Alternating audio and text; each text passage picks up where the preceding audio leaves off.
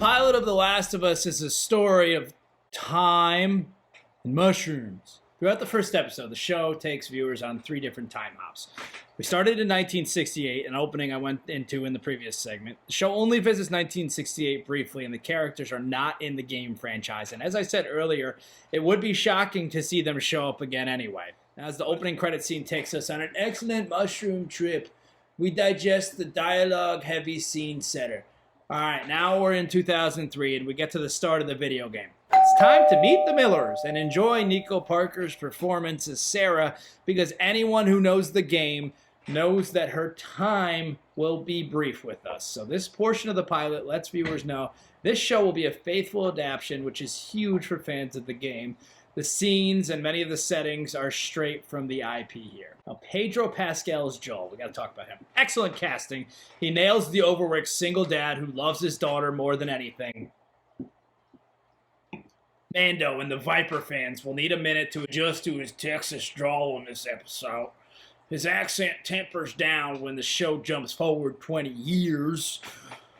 Alright, now the show just needs to make you care about Sarah, at least for a little bit. Joel and Uncle Tommy as they navigate the world just before the shiitake storm starts. Dad joke. Sarah can tell her dad doesn't want to have time to celebrate his birthday because he's an old curmudgeon, but she still wants to make him feel special. So she takes the bus to a nice sweaty watchmaker in downtown, complete with a look and giggles clock shade that they pull down after letting the viewers know something isn't quite right. So Sarah delivers the gift. Overworked dad forgets the cake, and they cutely watch an old movie she stole from the neighbors next door. Alright, now it's time for the action.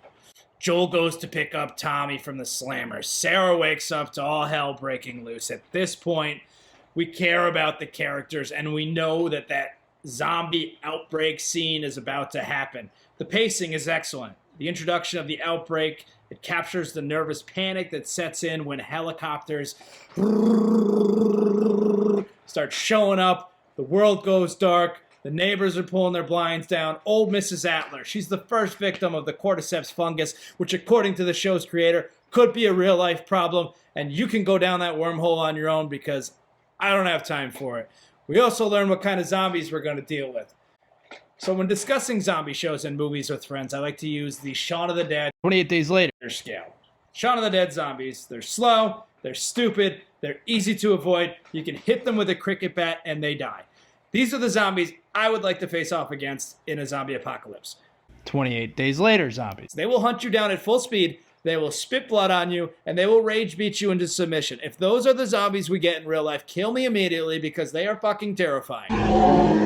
The cordyceps fungus turns Mrs. Adler, who uses a wheelchair and can't really talk, into a spry 60-something jogger of an enemy. Non-disabled hosts are sprinting and lunging after Joel as he's carrying Sarah, so they're more on the 28 Days Later real danger type of zombie type of thing that we need to be worrying about, which is terrifying. Time for the gut punch, folks. Using a classic zombie movie adage, the military's coming to town, and they are not here to help our heroes.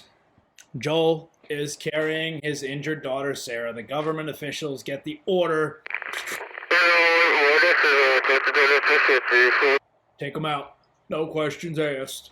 Sarah takes her last breaths in her father's arms, and Pascal and Parker's performance here, it makes you feel this death. I mean, we've been watching characters die in other characters' arms for years, to the point that it's just kind of doesn't really affect people anymore. I think it's acted out pretty well, though. I played the game, I knew this was coming, I knew Sarah was going to die, but the actor's performance made me care, even though I was just getting to know them.